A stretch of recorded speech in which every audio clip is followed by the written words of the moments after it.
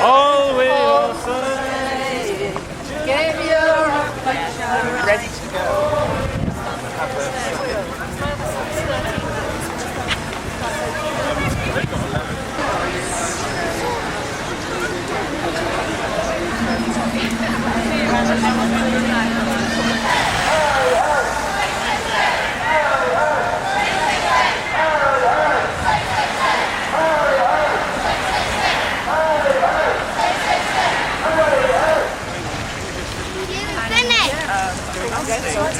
I think, new... Stay.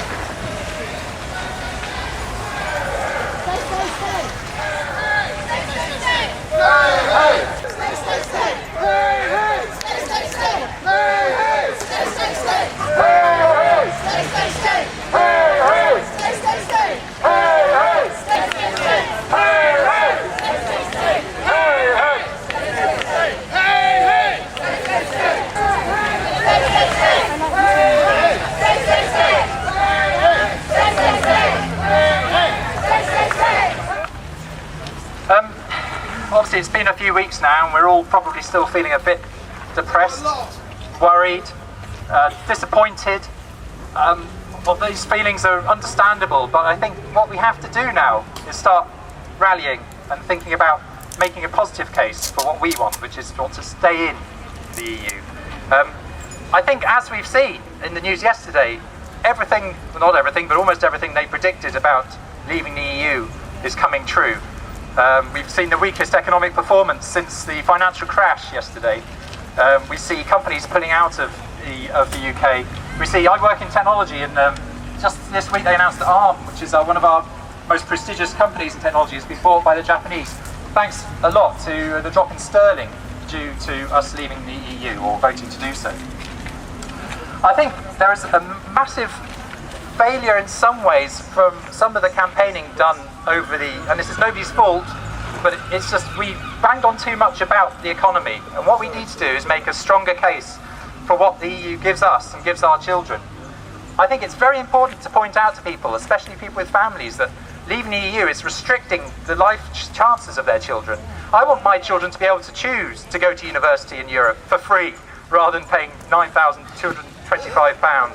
I want them to be able to go to Europe, not necessarily with a visa or because they got a job lined up, because they have the opportunity to go there. They can go there, they can find a job, they can find their own way, and they can do that without anyone's permission. I think these are fundamental freedoms, and when people realise what we're going to lose if we leave the EU, they're going to get angry.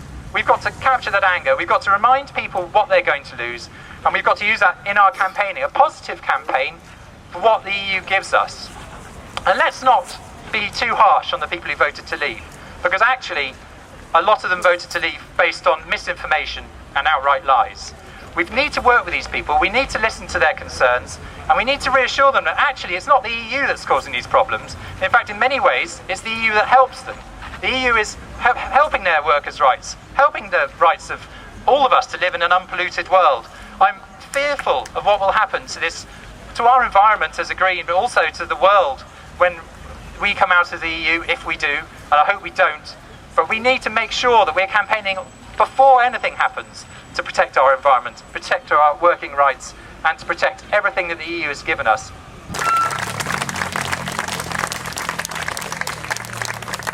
Proportional representation is only one thing that the Electoral Reform Society is campaigning on.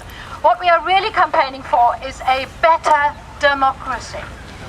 In the last few weeks, a lot has been said about the fact that, in contrast to how we vote for our MPs, the referendum vote, every vote actually counted.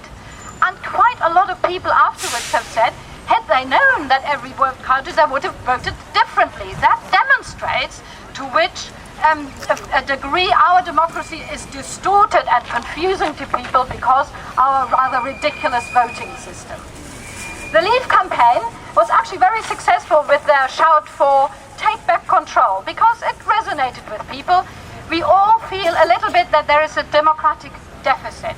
But these same people now shout at groups like this and say, go away and accept a democratic decision.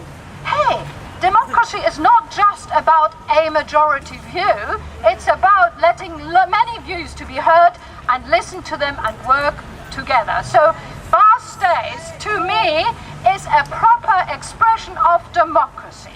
We are here, non-party political, we want to listen to people, but we want to campaign, and we are bringing back a little bit of passion into politics, don't we? So, go, Bar Stay. We are the people, we are democracy, we are not going to go away, we are continuing to fight for our membership in the EU.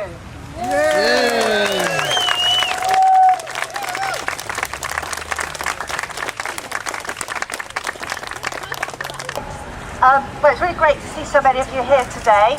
I'm Dina Romero, I'm a councillor and I'm a leader of the Lib Dem group on Bath and North East Somerset Council.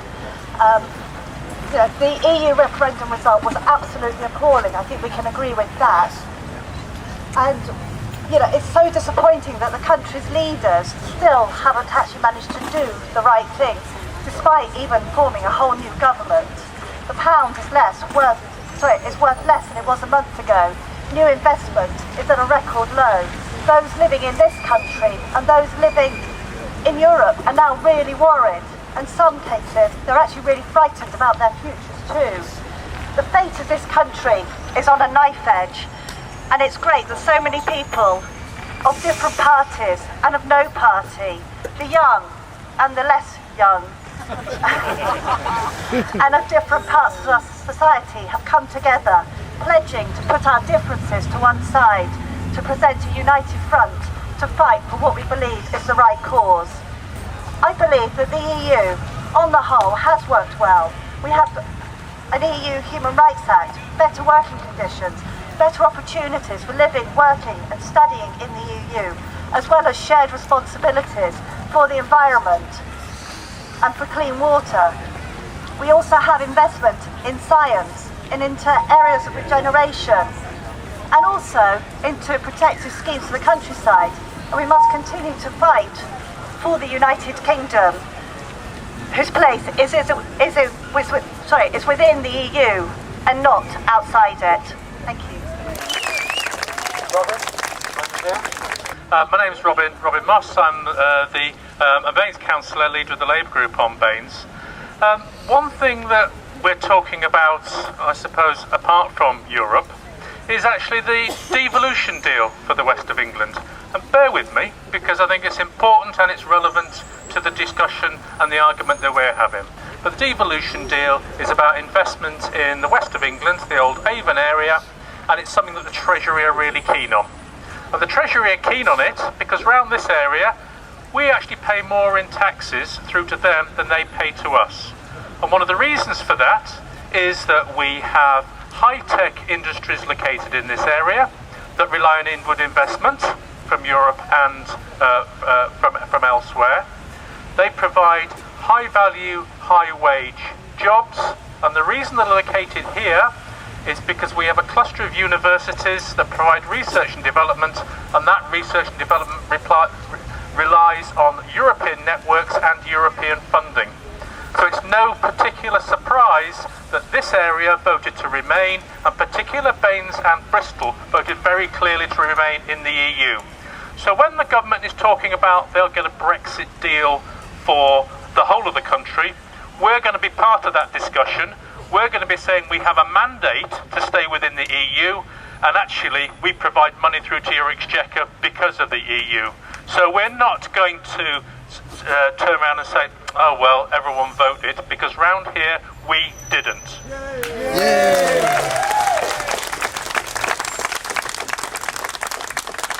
I live and represent, I live down in Radstock and Westfield, represent that area on Baines. And quite clearly there are a lot of people who aren't in those high-paid jobs. There's a lot of people as well, we've got to accept, voted to leave. And quite often those are the same people.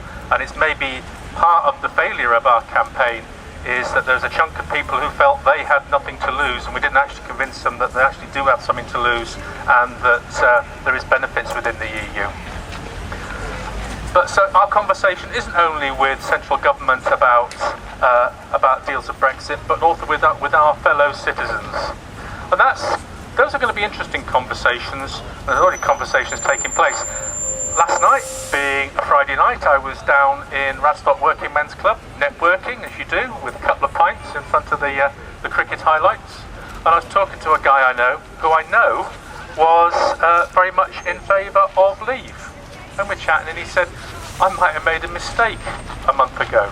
I'll have to pick myself off the floor, because he was a very convinced leave person. I said, well, why is that then? He said, well, the first thing that happened after the leave vote was all the people who told us a good idea went effed off. And then all the news since then shows that it's not such good news at all. And I said to him, well, they might have disappeared, we're not. And I think, as Weira said, I mean, we might only have been 48% on the 23rd of June, but just because we lost an argument yesterday doesn't mean we're going to lose it tomorrow. Yes. And there was nothing in that binary vote on the 23rd of June that said about a lack of investment coming in. There was nothing on the 23rd of June that said they shouldn't have freedom of movement. There was a lot of it on the 23rd of June, about £350 million a week to the NHS, but that of course seems to have disappeared. So whatever deal that the government wants to come up with, then that deal has to come back to the British people for ratification. And it's interesting that the government is already saying, well, we're not going to sign Article 50 in 2016. And if they're going to go for a deal that covers the whole of the UK and Scotland, I can't see how they're going to come up with a deal everyone agrees in 2017, 2018 or 2019. So we keep the pressure on. Talk to your MP in Bath to make sure that he talks to the government. Have sympathy for those of us in North East Somerset with Jacob Rees-Mogg with those discussions. Because that conversation might be a little less less interesting. But thanks for you all for coming along. This fight is not over. The 23rd of June might have been a setback, but that doesn't mean we're not going to win in the future. Thanks and goodbye.